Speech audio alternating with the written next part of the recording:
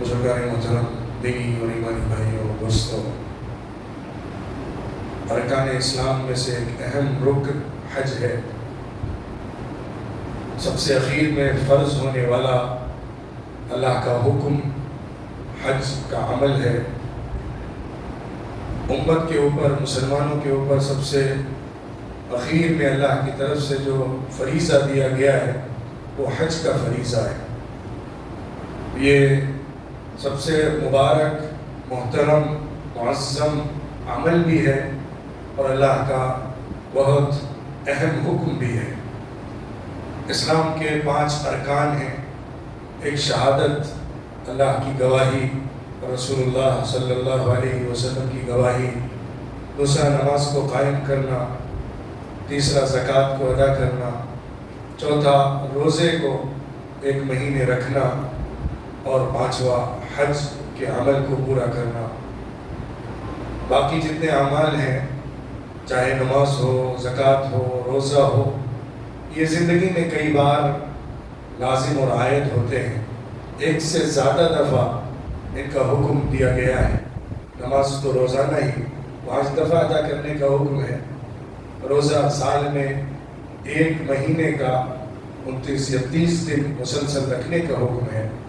زکوٰۃ پورے سال میں 1 دفعہ حساب کر کے ادا کرنے کا حکم ہے۔ لیکن حج ایک ایسا فریضہ ہے جو پوری زندگی کے اندر 1 دفعہ فرض ہے۔ حج کی حقیقت، حج کا طریقہ کار، حج کا مقصد، حج کا اثر زندگی کے اوپر جو پڑتا ہے، اسی کی روشنی میں، اسی کے حوالے سے کچھ باتیں آپ کے سامنے آج عرض کی جائیں گی۔ جیسا کہ میں نے کہا کہ اسلام کے بہت سارے احکامات ہیں جو عبادتوں سے تعلق رکھتے ہیں، ان میں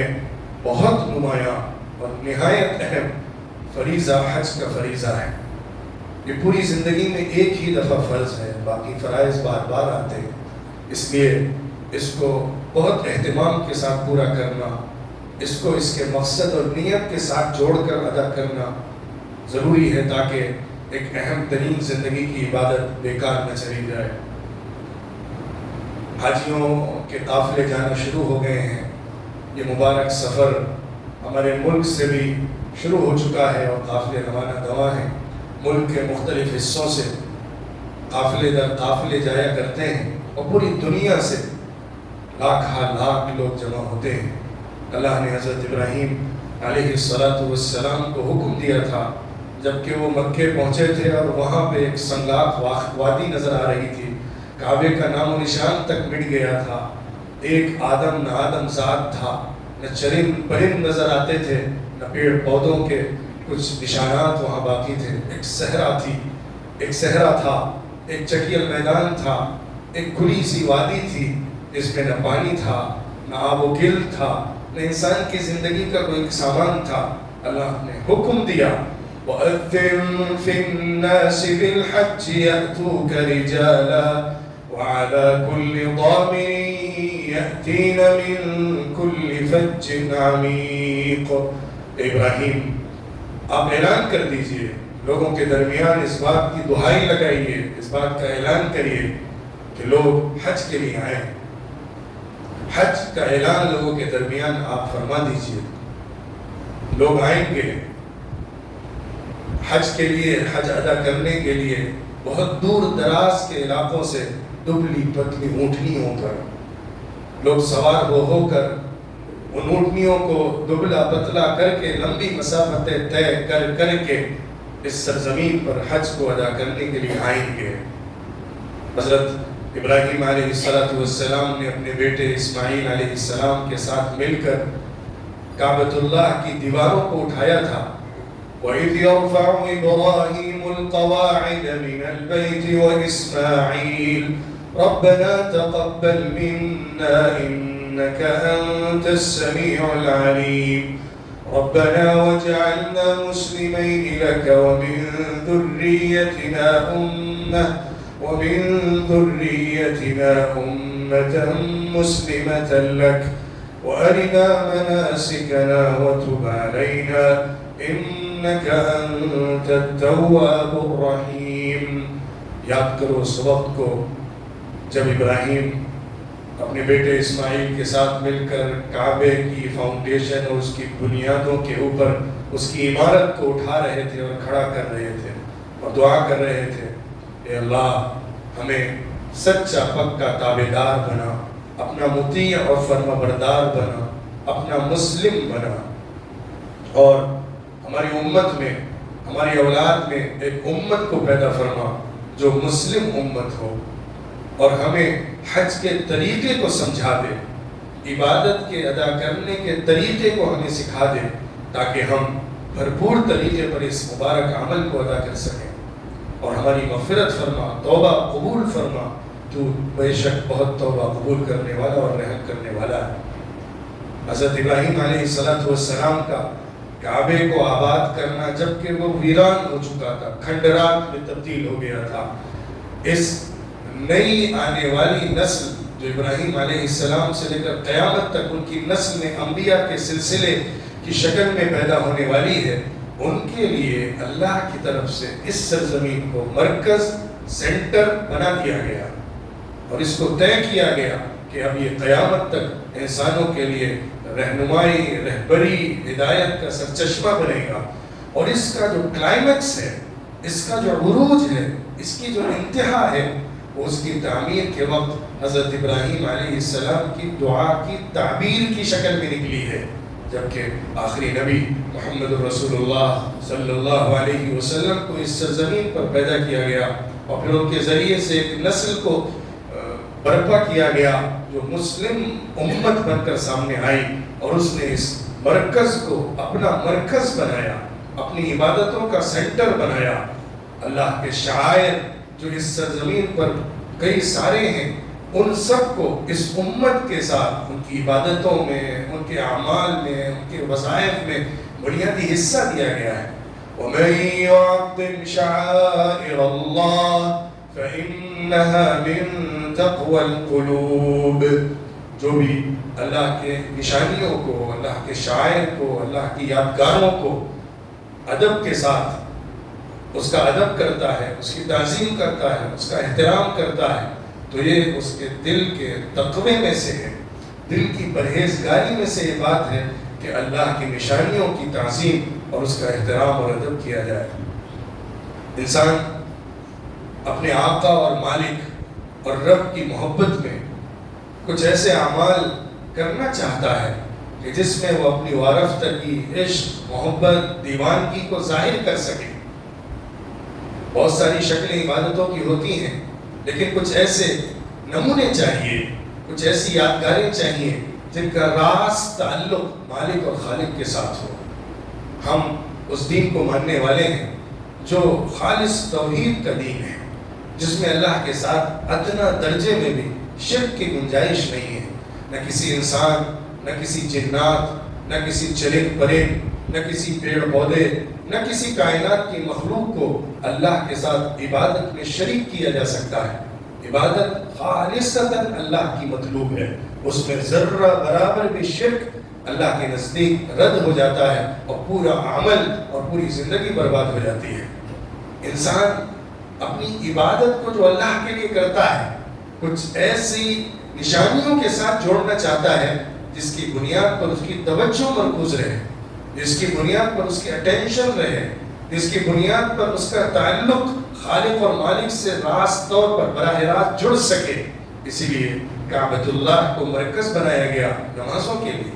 نمازوں میں کعبۃ اللہ کی طرف رخ کرنا،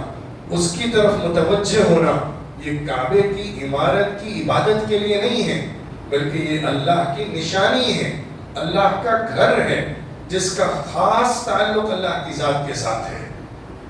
اللہ کسی چیز میں سموتا نہیں ہے، اللہ کا کوئی عکس نہیں ہے،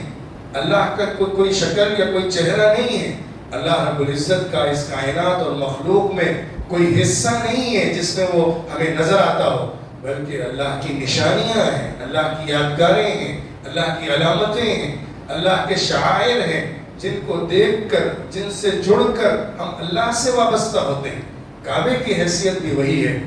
لیکن کچھ ایسے عمل اس سرزمین پر کرنا جس کے اندر انسان محبت و مستی کے اندر اپنے آخری جذبات کا اظہار کر سکے، اپنے آخری جذبے کو سامنے لا سکے، وہ حج کے عمل کے ذریعے سے ہوتا ہے۔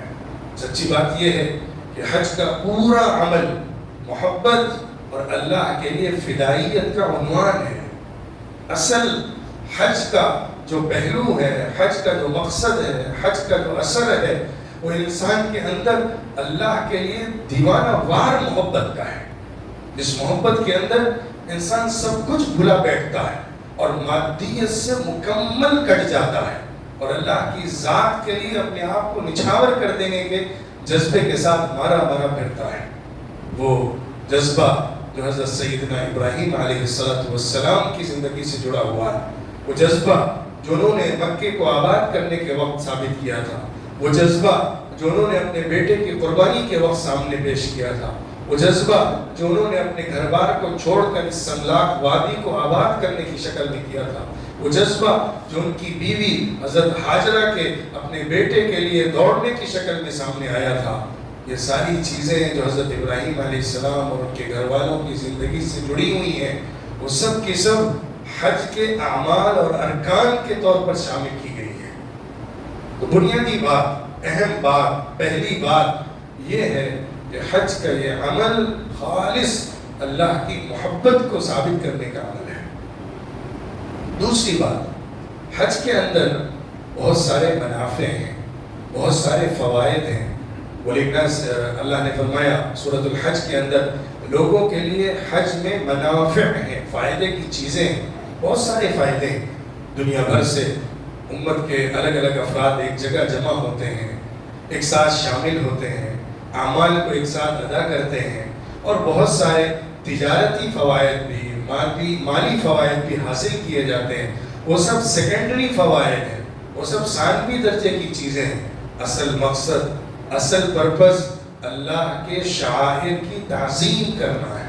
اللہ کی یادگاروں کی عزت اور احترام اور ادب کرنا ہے، تاکہ اللہ سے خاص تعلق اور محبت کو جوڑا جا سکے۔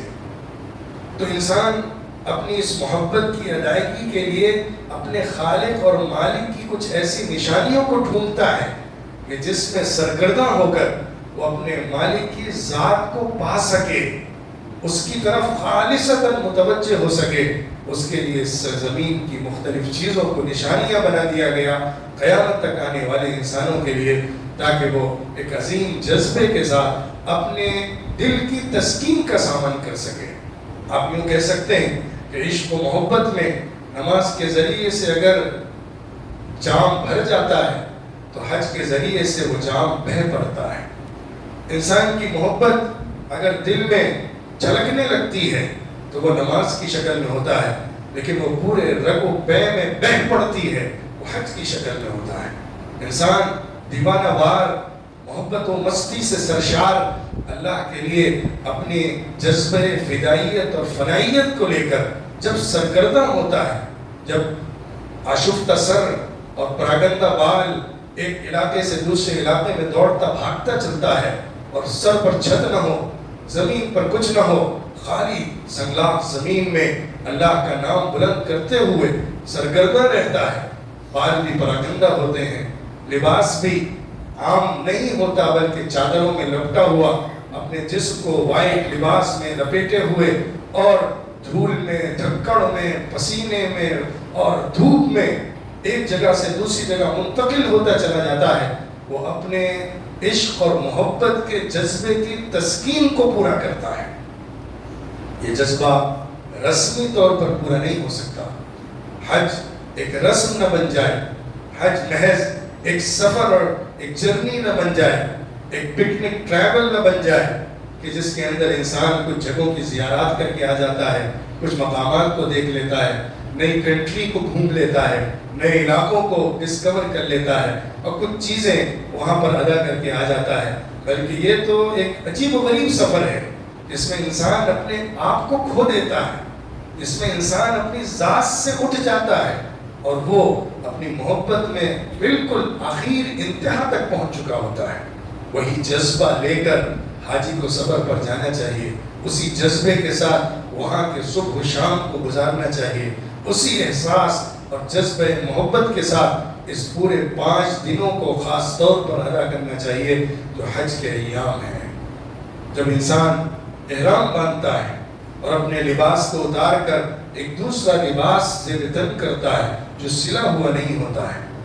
انسان اپنے جسم کو ڈھانکنے کے لیے جتنا اچھا لباس پہنتا ہے اتنا اس کو ظاہری طور پر خوشی محسوس ہوتی ہے, اس کے جسم کو خوشنمائی ملتی ہے, اس کی پرسنالٹی زیادہ کھل کر اور کھل کر سامنے آتی ہے. لیکن اللہ نے اس عمل کے اندر خاص طور پر پہلا حکم یہ دیا کہ انسان اپنی ظاہری زیب و زینت کو مکمل چھوڑ دے اور صرف 2 چادروں میں اپنے جسم کو ایسا لپیٹے کہ یوں لگے کہ زندہ کفن اوڑے ہوئے ہے. کپڑے پر کوئی سلائی نہ ہو, کوئی نقش